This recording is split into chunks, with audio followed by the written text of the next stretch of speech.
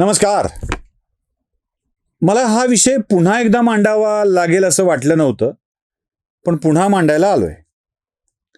तुम्हाला आठवतंय नांगरे पाटलांवरती जेव्हा टीका करण्यात आली होती संघाच्या कार्यक्रमात गेले म्हणून, तेव्हा नांगरे पाटलांसाठीच मी एक व्हिडिओ केला होता की बघा काय असतं, लोक कसे बदलतात.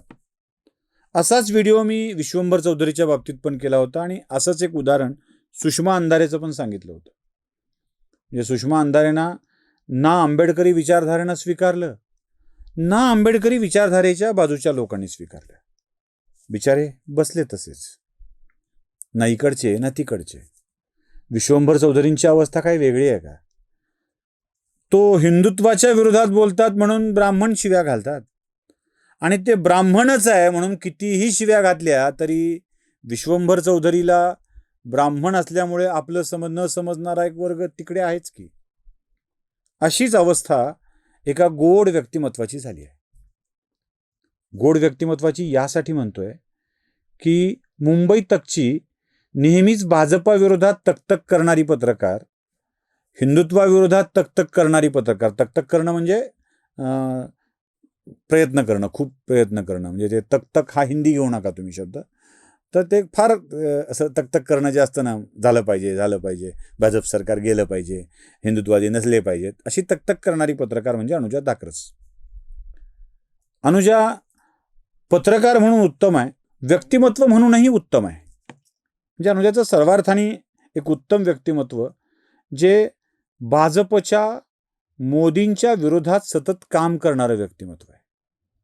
पण दिल्लीत गेल्यावर दिल्लीतल्या झुरळांनी अनुजाला आपलं समजलंच नाही. ती बूम घेऊन, माईक घेऊन किती प्रयत्न करत होती की हे सरकार निर्दयी आहे, नालायक आहे, बिंडोक आहे हे सांगण्याचा. म्हणजे एवढं अनुजानं जर मला कन्व्हिन्स केलं असतं, मी तेव्हाच कन्व्हिन्स झालो असतो बरं का. म्हणजे काही प्रॉब्लेम नाही मोकळेपणाने सांगायला, मी केव्हाच कन्व्हिन्स झालो असतो. पण एवढी छान अनुजा अख्ख्या दिल्लीत लोकांना कन्व्हिन्स करत होती की बघा सरकार नालायक आहे, मूर्ख आहे, निर्दयी आहे, मारतात, याला मारतात, त्याला मारतात. पण तिथल्या लोकांना अनुजा त्यांची आहे, त्यांच्या बाजूची आहे हेच मान्य करायचं नव्हतं. सगळी मेहनत फुकट गेली. काय झालंय सांगू? हा घोळ काय आहे, आधी व्हिडिओ बघा, मग घोळ काय सांगतो. 3 लोकांनी हाकललाय तिला, बघा. चीफ जस्टिस जो है हमारे चीफ जस्टिस, वो बोल रहे हैं, कुछ नहीं त्यांना बोलायचं नाहीये बेसिकली. कहाँ से हो जलंधर. मुझे बता दो. चीफ जस्टिस बोल रहे हैं कि स्टूडेंट के ऊपर जो लाठीचार्ज हुआ,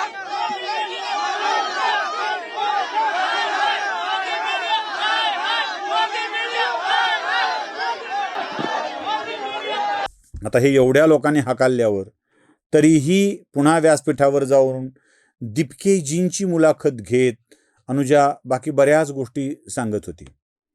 आता घोळ सांगतो. अनुजाने कितीही प्रयत्न केला, म्हणजे मी तुमच्या विचारधारेची आहे, मी तुमच्या बाजूची आहे हे सांगण्याचा, तरीही ते मान्य करणार नाहीत.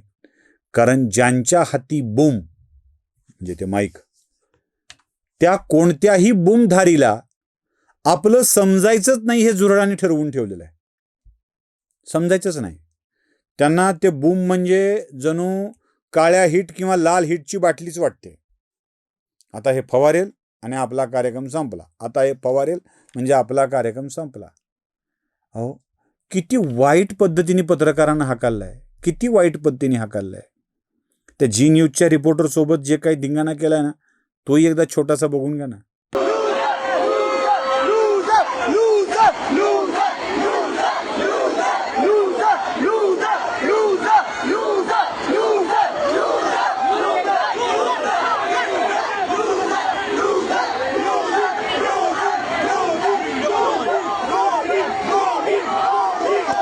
म्हणजे हे सगळे त्यांची बाजू घ्यायला गेलेत, हे सांगायला गेलेत की आम्ही तुमचेच, आणि हे आम्ही तुमचे नाहीत, तुम्ही आमचे नाहीत म्हणून हाकलून लावतायत.